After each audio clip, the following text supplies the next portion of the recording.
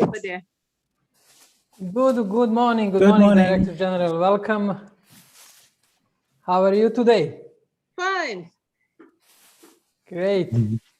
We'll continue our interesting discussion from the last week. Yeah.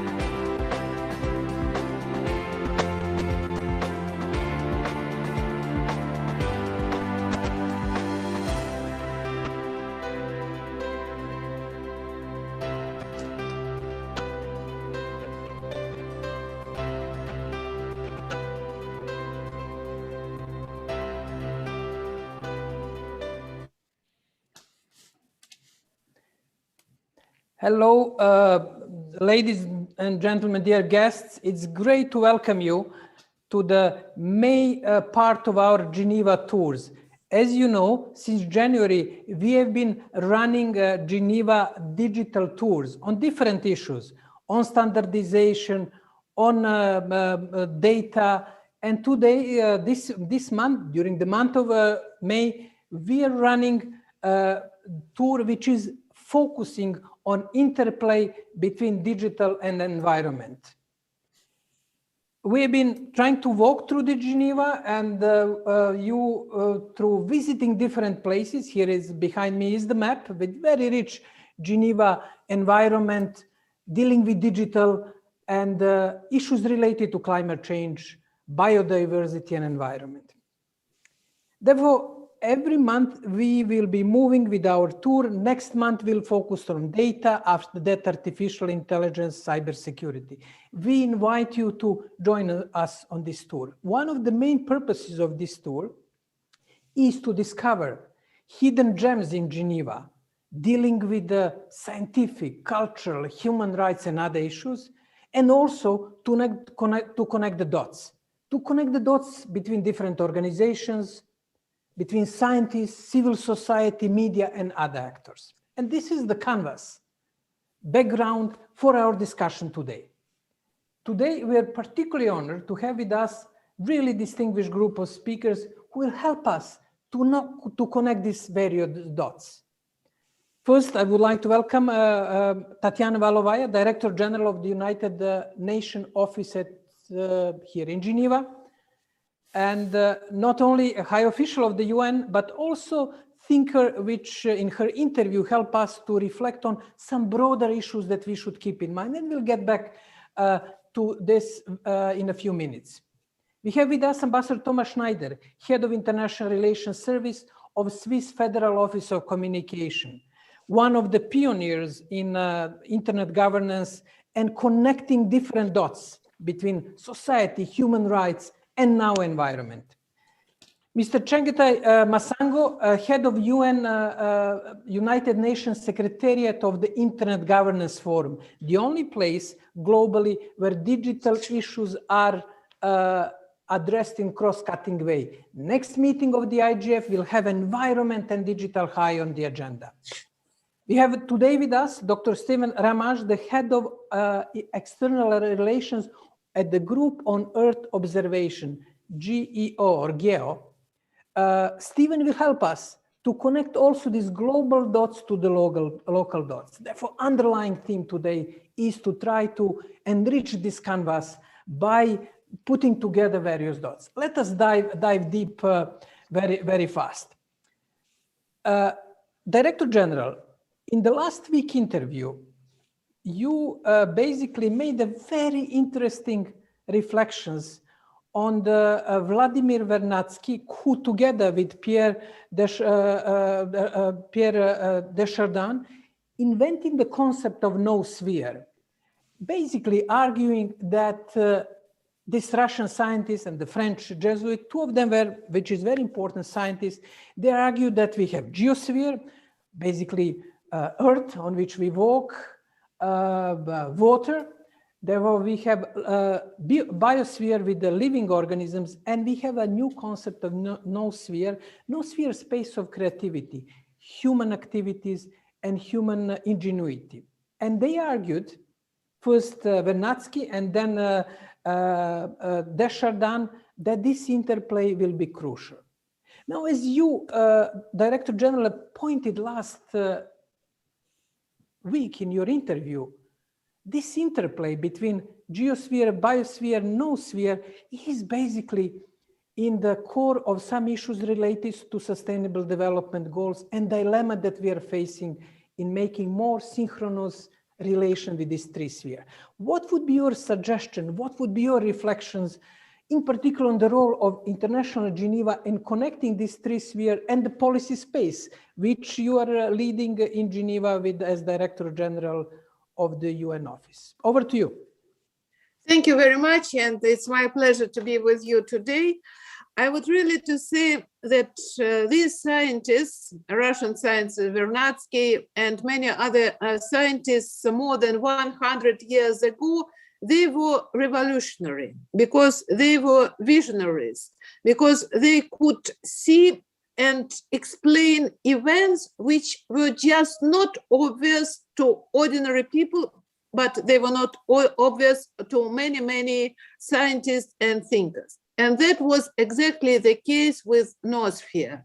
Because, of course, we took it for granted that humanity, people were part of nature, which were born on our earth, were part of infrastructure, if I could say so, of our earth, but it was not perceived how important and crucial this humanity, this noosphere, that's the term which was coined, it is, and how it's going to develop. But as I said, they were revolutionaries, and now we can use their experience and their perception to explain many things which we witness today.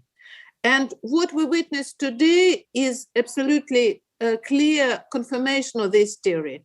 This, what we have now, humanity, noosphere, is really influencing the biosphere and geosphere. And unfortunately, also we have to admit that people, humanity, society, noosphere had been at war with nature for the last many, many decades, if not centuries. And so the question is, what's going to take place now? And you know that Secretary General many times was spoke that we have to stop this war at nature. We really have to develop balance and harmony. We are part of this earth, and we want to remain the part of this earth. We have to preserve the earth, we have to stop the climate change, and we have to support nature to regenerate. That's a very important change of the concept, because really it's crucial now to understand that if we are not changing our economic activities, our economic patterns, we are going to destroy nature. The nature will be there, the earth will be there, but the humanity will not be able to survive on this earth. So it's a crucial issue.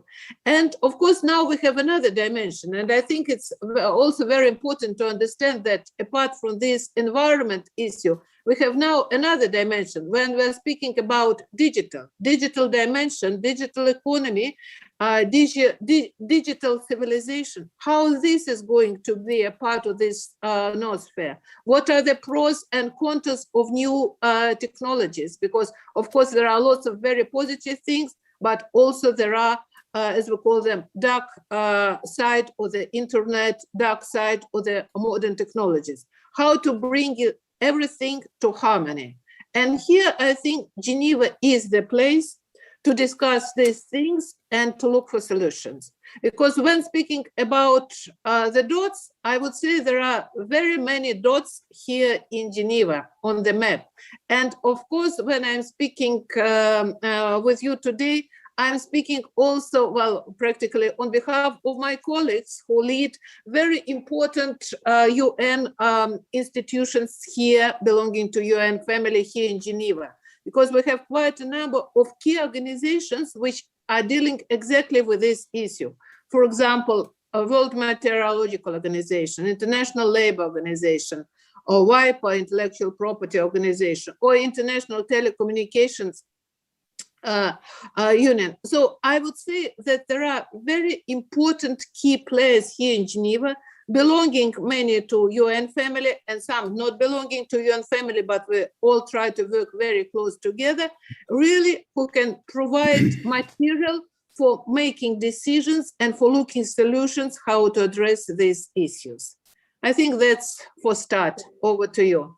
Thank you, Director General. Just one good news based on last time we were wondering if there are basically discussion if the work of Vernetsky and Desjardins is a bit of in libraries collecting the dust. Good news is that it's not the case. Apparently, they're very, very present in the cyber sphere. And more than I thought, they can create this bridge, as you explained, between digital and nature. There is Vernetsky challenge every year, and you can see here on the image, young scientists basically describing how these three spheres can be connected. Thank you, Director General, for excellent framing of our discussion by bringing this general discussion to specificities of Geneva and challenge of connecting the dots. It's an excellent prelude for our next speaker, Ambassador Thomas Schneider. Ambassador Schneider, Thomas, it's great to have you with us. We are kindly hosted by Switzerland. In addition to being a great host for international organization and important meetings like next month meeting, which I'm sure they will make Director General quite busy during the next few weeks, the high-level meeting between President Biden and President Putin. There is also great tradition in Switzerland of making these links between natural and human-made spaces. And through this subsidiarity principle, decisions that people make on their nature, and I know that your government and your department is making this, extending this link to digital. Could you just map and tell us what we can learn from Switzerland and from your experience, personal experience, long experience in connecting the dots in digital space? Thank you, Jovan, and very happy to see you at least physically, and all of you as well. Yeah, let's hope that the talks between Russia and the US next week will be constructive. We try and hope that we can contribute to solving problems and bringing people together as we usually do. With regard to today's topic, which is something that is very high on our agenda, and this is also shown by the Swiss president that last year at the Internet Governance Forum, in her speech, referred to the era of insecurity and uncertainty that we are living in, which is mainly due to two major challenges and developments. One is climate change and everything that goes with it, and the second one is the digital revolution and everything that goes with it. Both these megatrends are transforming the way we address societal, economic, and political questions at the national, regional, and the global levels. And both these trends, and this is why we strongly support this meeting and this activities of the Geneva Internet Platform, they have important connections with each other. the digital transformation is both. It can be both part of the problem and part of the solution. It depends to environmental challenges. It depends on how we deal with it. And so far, both issues have and are still to a large extent been treated and discussed in separate fora, separate institutions and processes. This is a disconnect that also the UN Secretary General recognized in his roadmap on digital cooperation. And also he proposes to link not just these two issues, the same goes for challenges in the health sector and so on and so forth. I guess we don't have to talk to you about digital opportunities regarding to fighting COVID. With regard to environmental issues and digital, we have an advantage in our government. We only have, since taxpayers have a lot to say in our country, we only have 7 ministries, we only have 7 ministers, which means that in our case, the ministry or the federal agency for the environment is in the same ministry like us as the Office of Communication. So we have rather close contacts to each other. We have to already work together in the internal ministry level, which is of course helpful. And we are discussing these issues and synergies and interdependencies with our colleagues from the Office of Environment, of course, for a long time. And they have also conducted the study, which provides an overview over the main links between environment and digitization, which you find if you search for it on the internet. Unfortunately, we have a place called Geneva where a lot of these things are discussed in silos, but the silos are physically very close to each other. It's only sometimes a few meters between one silo and the next. And we therefore are convinced that Geneva is ideally placed to connect the dots, to take this word that I love when Jovan, who's one of the guys that have understood this importance of connecting dots the most.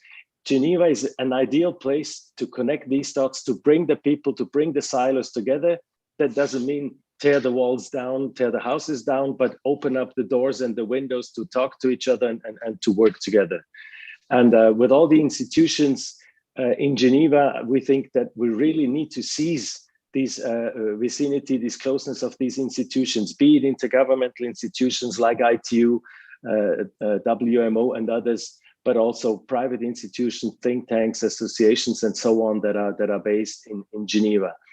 And we are very happy to work together with the Geneva Internet Platform and also our Swiss mission of the Foreign Ministry at the UN in Geneva and try to connect these dots, try to bring these channels together.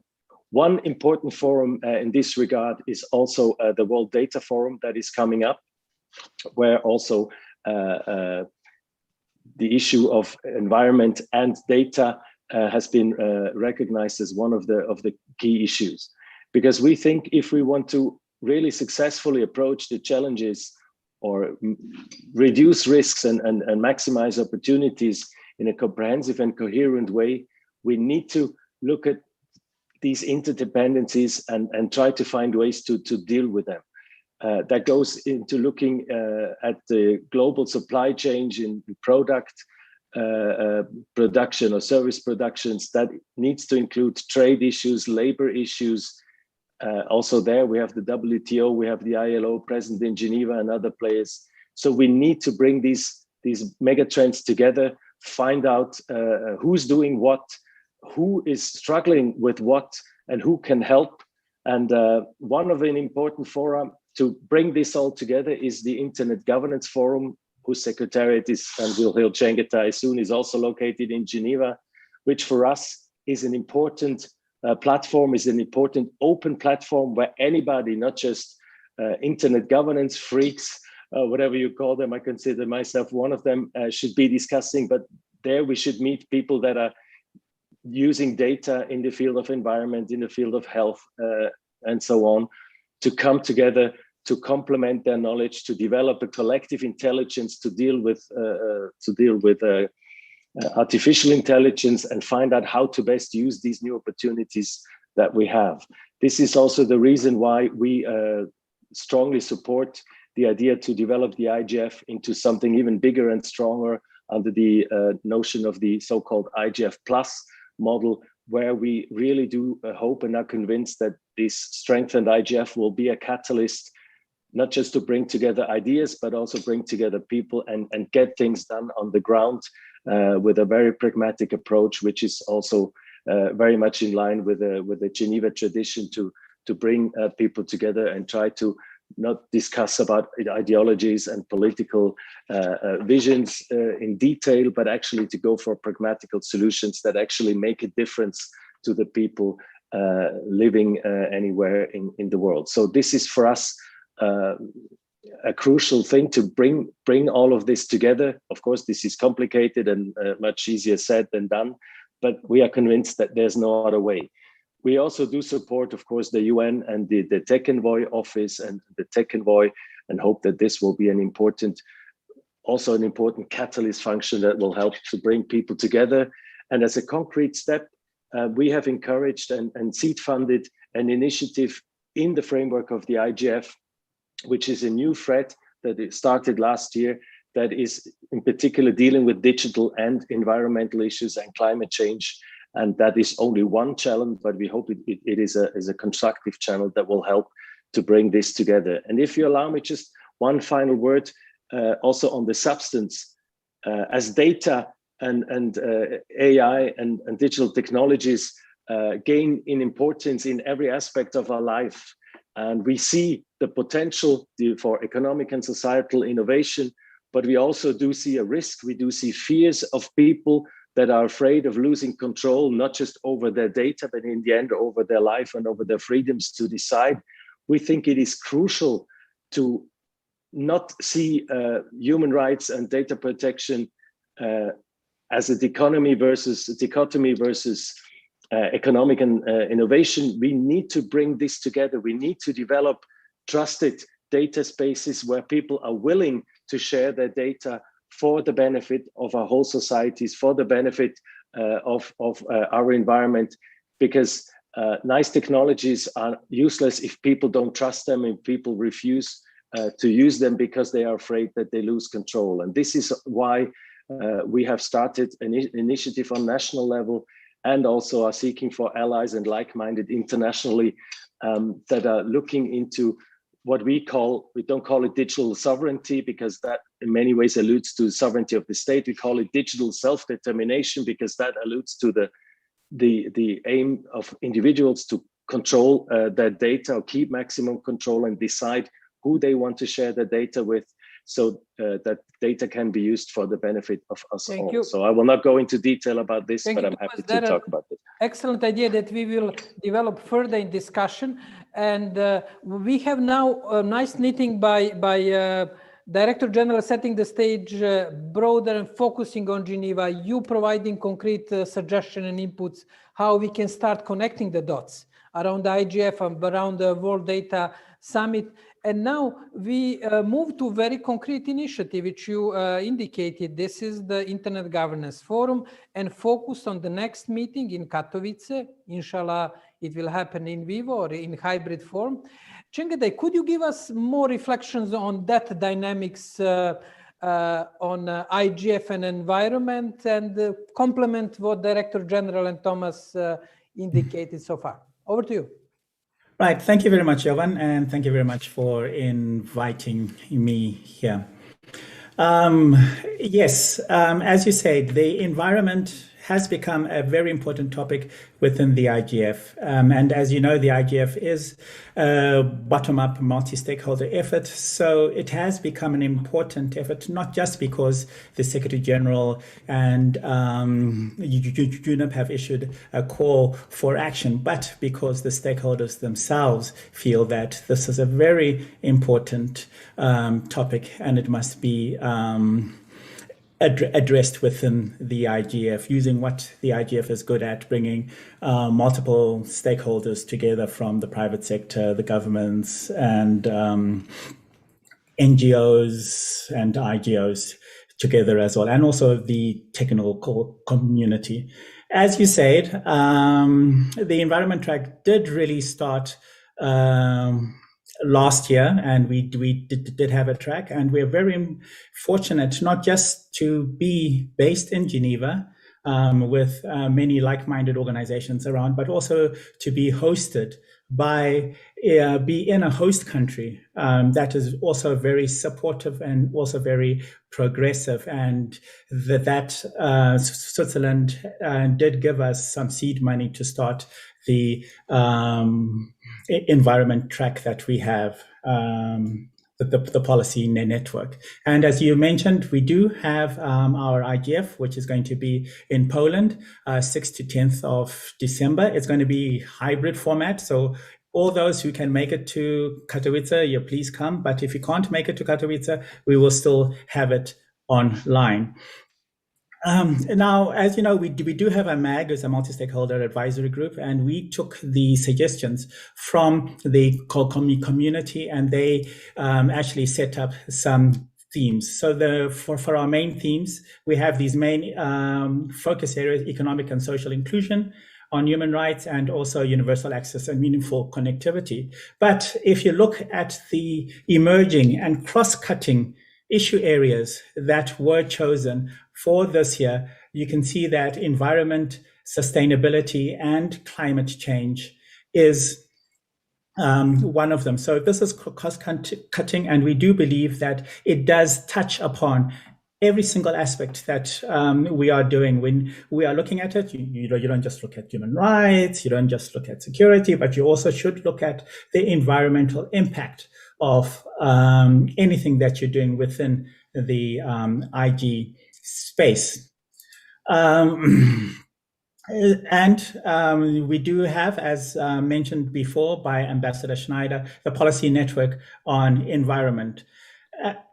We have gotten together some experts from around the world, and particularly from Geneva. Just highlighting Geneva, we do have some experts from your organization, the Diplo Foundation, from Microsoft, the UN Affairs Office, and UNEP as well, David Jensen, and the Estonian mission to the UN. And so they're the ones that are participating in this network.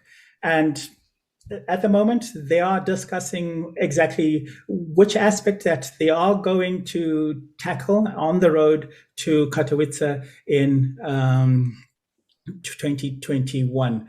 And I would also like to add that as this is the IGF, it is open. So anybody who wants to be involved in the environmental track, please, you can come, just go to our website and you can join, and you can also participate. Apart from the policy network on environment, we also have a number of sessions that focus on the environment. And we have a youth track, which we are having a lot of intersessional activities on, and we are integrating environment policy issues into this youth track, because we feel that it is also very important that we sensitize the youth to these issues. And actually, we don't actually need to synthesize them, because it's actually the other way around. They are sensitizing us on these issues, because they are also very, very concerned with the environment and the impact of digital technologies to environment.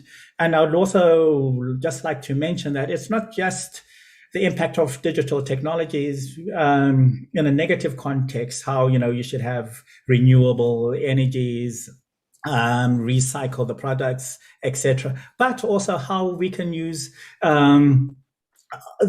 digital AI, etc., to help mediate the effects of environment, share data amongst people, share data on air quality, share data on best practices, etc.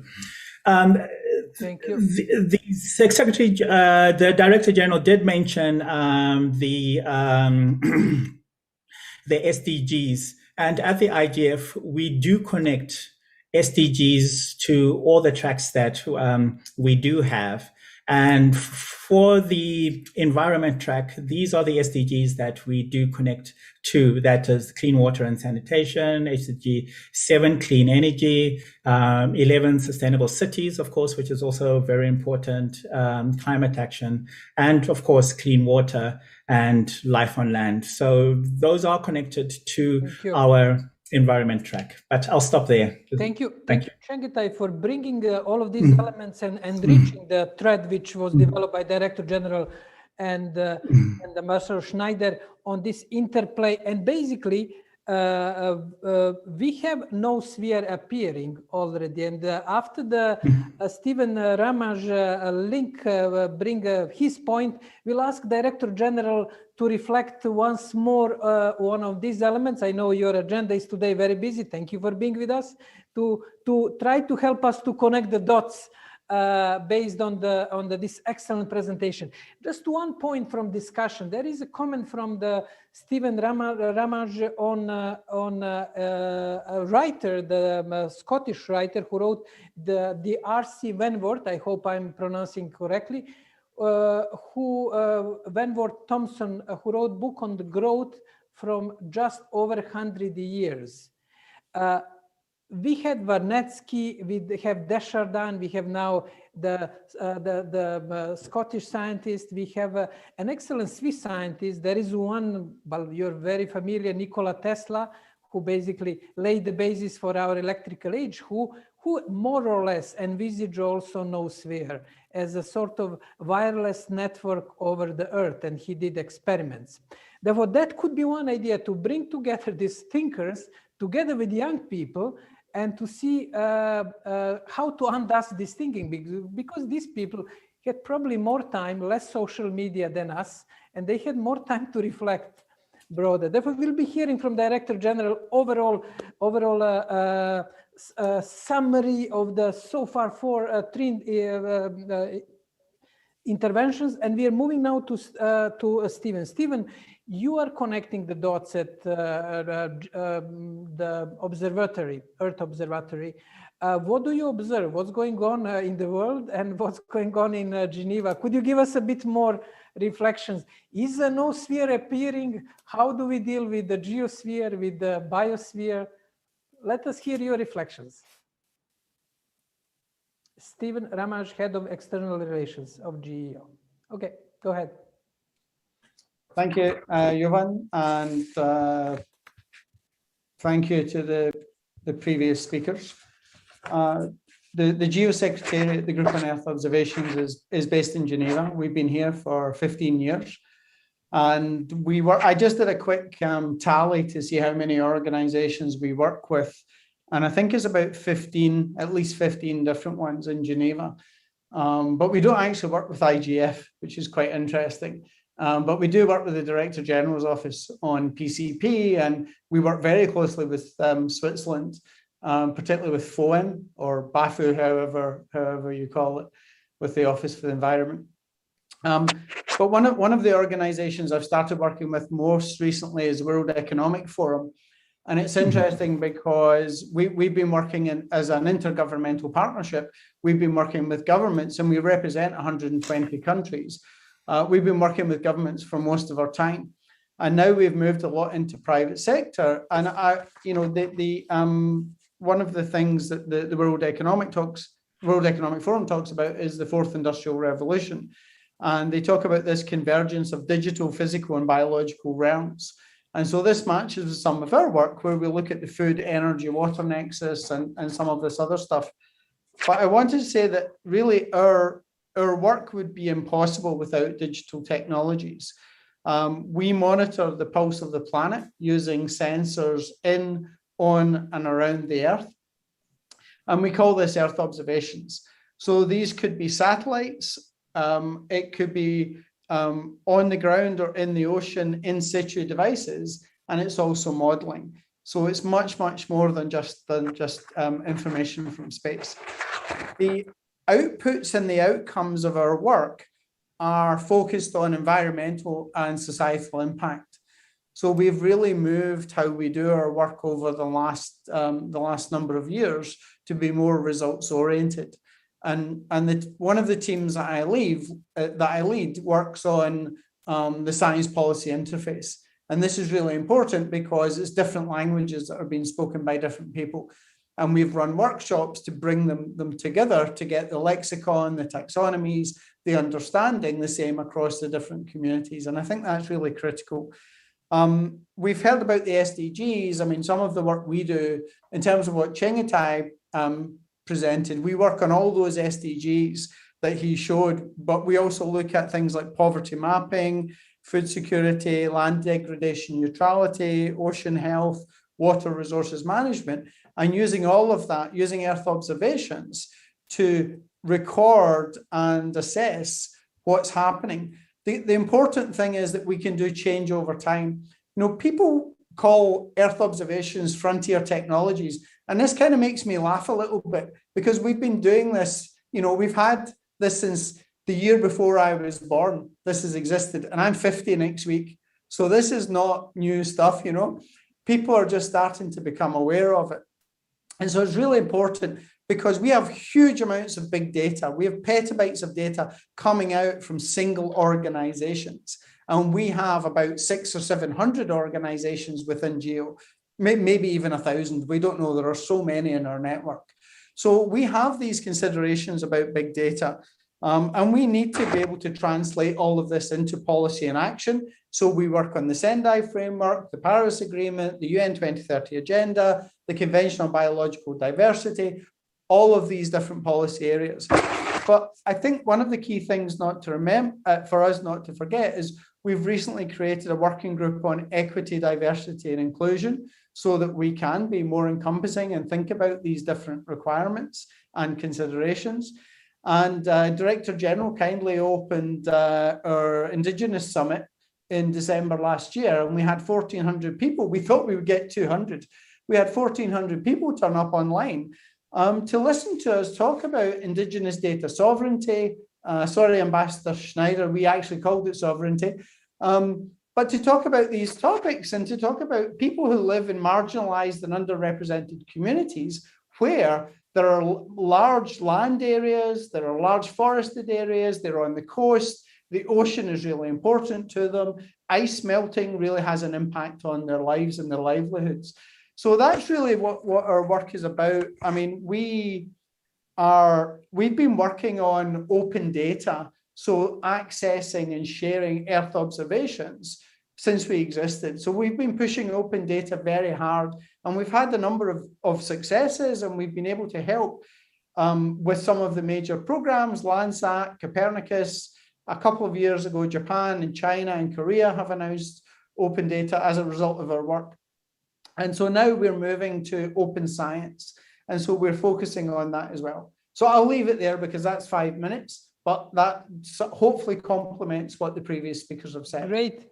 Thank you, Stephen. So many interesting points. We will ask you later on. You said that you have your hand on the pulse of the planet. We'll have to ask you, what is the situation with the planet?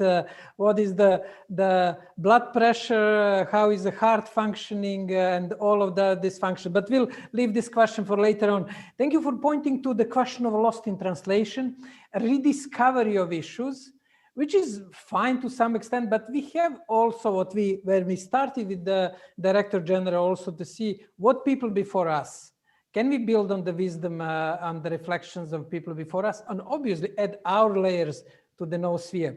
And I'm seeing that we have a really interesting audience here. We have Ambassador of Slovenia, Stadler, and that would be great to hear because Slovenia will be, or have the note in the chat. Sabina Stadler will be chairing have presidency of European Union, which is important player. We have representatives of Finland. We have also Michael Kleiner from Geneva Canton, and a really interesting audience following this discussion. What I did in the prelude for the Director General comment on what was said so far, here is the map of Geneva. And here are a few places where we essentially, here is where I'm based, in the WMO organization. Me too. Here is the place, and also Stephen. Here is, he's on the first floor, I'm on second floor. Here is, UN, where the Director General office is. And here is an interesting place. It's a Jardin Botanique, botanical garden. Initially, we thought of having this session exactly behind me in the botanical garden, but it was a bit too early given the the health measures, but we'll organize a few sessions also in the nature by having discussion by walking and discussing, which is all the way how our predecessors, definitely in ancient Greece, were inventing great ideas and great issues. Director General, so many dots, broader context, historical current. What would be these linkages that you will find in this sort of terrain, and would you like to highlight in your reflection? Thank you. Well, really so many dots and so many challenges. And that confirms that humanity is now in a stage of transition. Because really that was absolutely clear even before the pandemic. But pandemic proved many tendencies which were obvious before pandemic, that were global, that were interlinked, and our prosperity and development depends on each other's prosperity and development, that we're going digital, that climate change is a challenge, but it can be overcome if we make necessary decisions. And during the pandemic, during the initial lockdown, we saw immediately how nature was regenerating and how we could see clearer skies and clearer waters when we stopped our economical activities. That really confirms that we're in a stage of transition to a new social and economic paradigm. At the same time, we're very happy that we already have a certain roadmap which can lead us to this new social and economic paradigm. And we had this roadmap before the transition. And this roadmap is, of course, Agenda 2030, Agenda for Sustainable Development Goals. That's, I would say, unique situation during the whole history of humanity, that the humanity does have a common roadmap how to develop and how to develop in a sustainable way. That's very important because this is agenda for all the nations, all the member states of the United Nations agreed upon this agenda, and we're working in all UN institutions here in Geneva exactly to carry out sustainable development goals. For example, in my office, there is a special SDG lab which tends to support the member states in their efforts to reach sustainable development goals, to look for the solutions, to build bridges, and to overcome silence. What is important about this agenda? Because again, for the first time ever, humanity agreed that development should be sustainable. Because what we know from history and also from our previous experience, that always humanity associated economic development with the use of natural resources. And in order to develop economically and socially, it was perceived absolutely normal to destroy nature, to cut the forests in order to have agricultural fields, to extract natural resources in an unsustainable way, to build huge megapolises where people maybe were not always happy, but they did have access to jobs, to education, to health security, etc., etc., etc. So it was always a certain compromise between preserving and keeping the nature beautiful and developing, and our own economic and social development. Now we're changing the paradigm.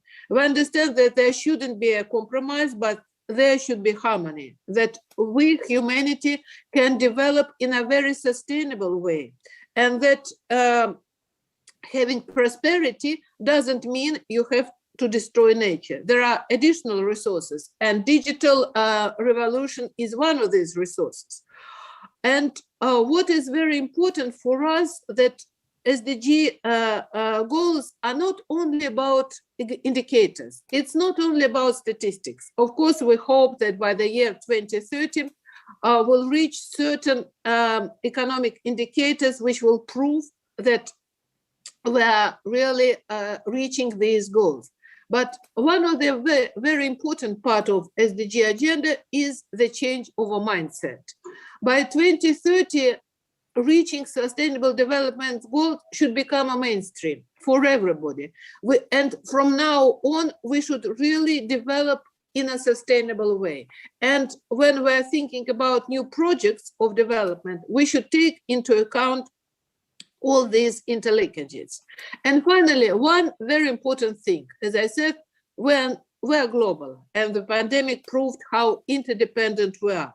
So the essence of SDG goals is really not to leave anybody behind, because we have to fight poverty, we have to fight inequalities, we have really leave nobody, no nation, no region, no person behind, but we really have to understand how to develop in a very sustainable way. And I really think Geneva is the place where you can provide lots of solutions, provide lots of input, and have very interesting discussion how we can reach sustainable development goals agenda. But the most important thing is to understand that it's not just for the next 10 years. It's to understand that we are changing our mindset and we are coming to a new perception of our social and economic development and paradigm. Thank you. Over to you. I'm afraid I have to run to another meeting in 5 minutes. We can understand, and we are really thankful that you dedicated your time. We know that your agenda, especially after yesterday's announcement, must be even busier than ever. Thank you for bringing this highlight that SDGs are not only about numbers, they're about changing the lifestyle and our approach, our perception of nature, and also highlighting the question of harmony and compromise. Compromises are needed, they can be helpful, but they should be part of harmony. Let me just bring to the other speakers. First, I'll go to Thomas, Ambassador Schneider. The question is, thank you, Director General. Thomas, we realize that environment is not an abstract topic. Sometimes people cannot see it as tangible as, unfortunately, pandemics or viruses affecting our life. But it started being tangible because one tweet from Elon Musk about use of energy for Bitcoin got basically drop of the value of Bitcoin for something like 10,000 euros. It's now recovering a bit. I know that Switzerland has a complex task. You have, let's say, you have a Zug as one of the cryptocurrency centers, but you have also the first attempt to create completely carbon neutral data farms. How do you manage this sort of tensions, compromises, trade-offs in Switzerland? What are the challenges in this respect? Because I think many of us will face that dynamics in what's happened with Elon Musk and cryptocurrency, and many countries will face these dynamics. Yes, thank you.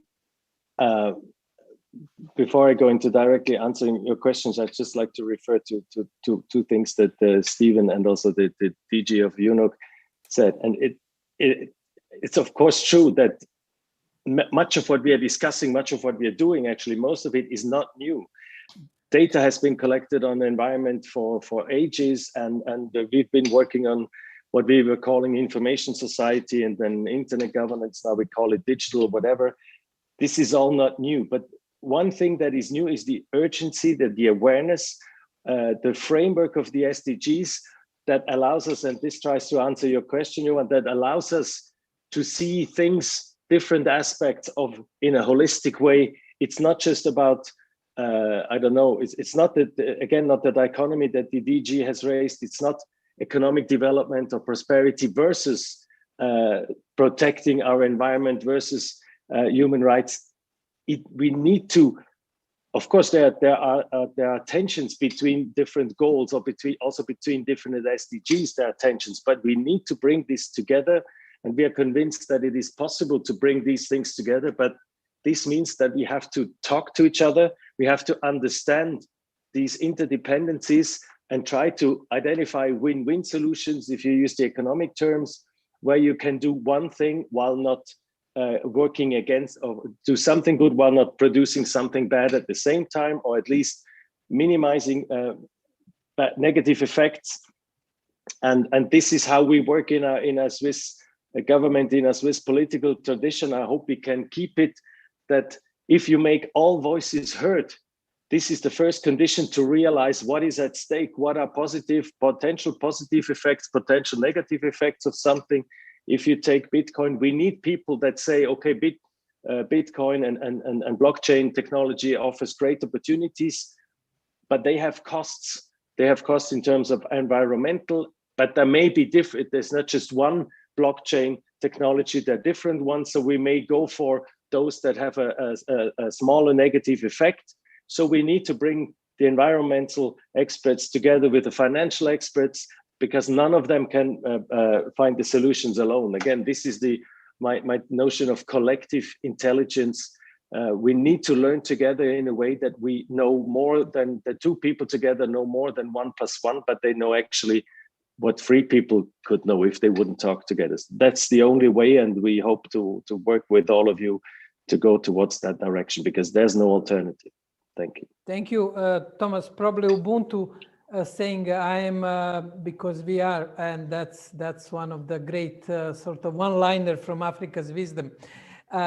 What you said just indicated this collective discussion, trade-offs, different perspective. Chengetai, and Stephen mentioned it, but I know that you experience it in daily work. How you achieve this, what Thomas said, and reduce lost in translation, not necessarily between different languages, but between professional cultures. You are now getting environmental culture, which is coming with its own acronyms and sort of abbreviations. I can tell you, when you come to the WMO building and you just take elevator, you can see the so many acronyms.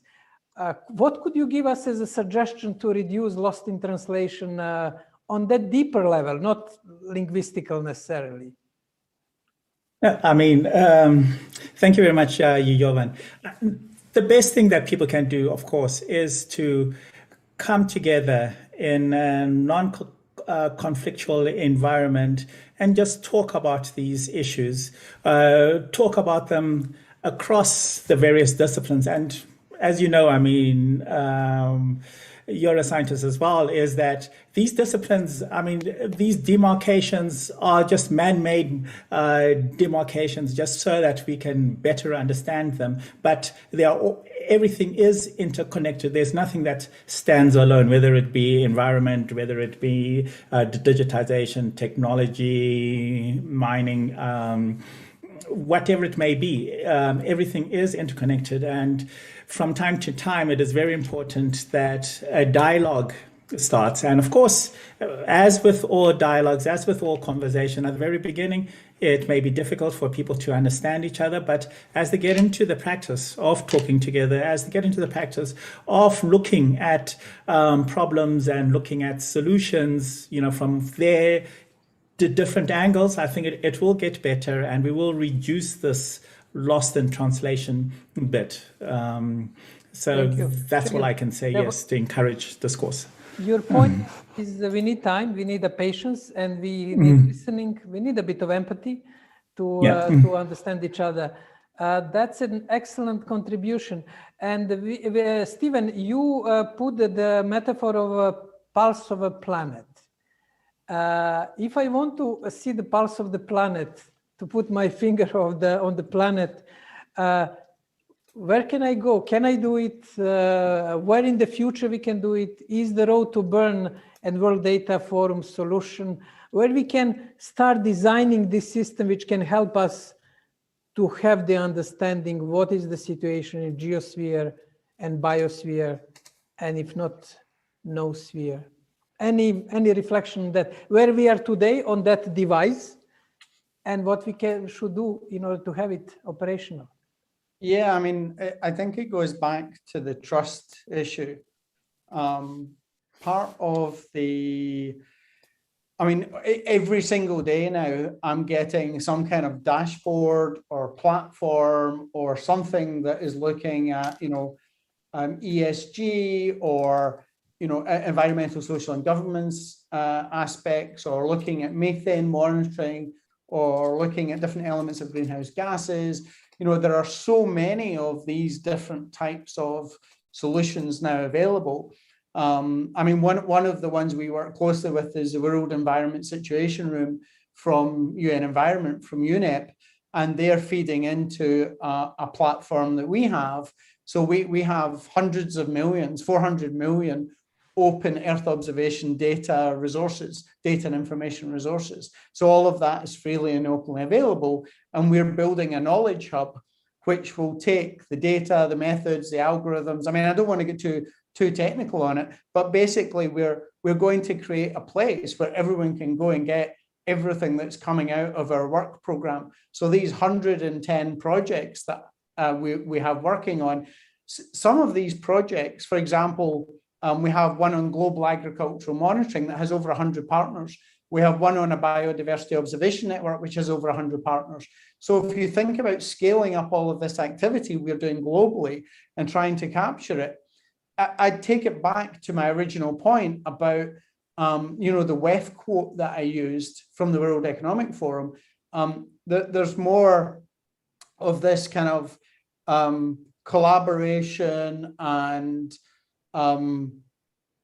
sort of like trying to get the different disciplines to work together, not just on the language, but on sharing the data and on sharing the results, and then feeding that into decisions that countries can make. But do they trust the data? Because a lot of it's coming from the private sector. Some of it is coming from the public sector, but then, you know, where are the sources? Where's the openness? Where's the transparency? Where's the accountability?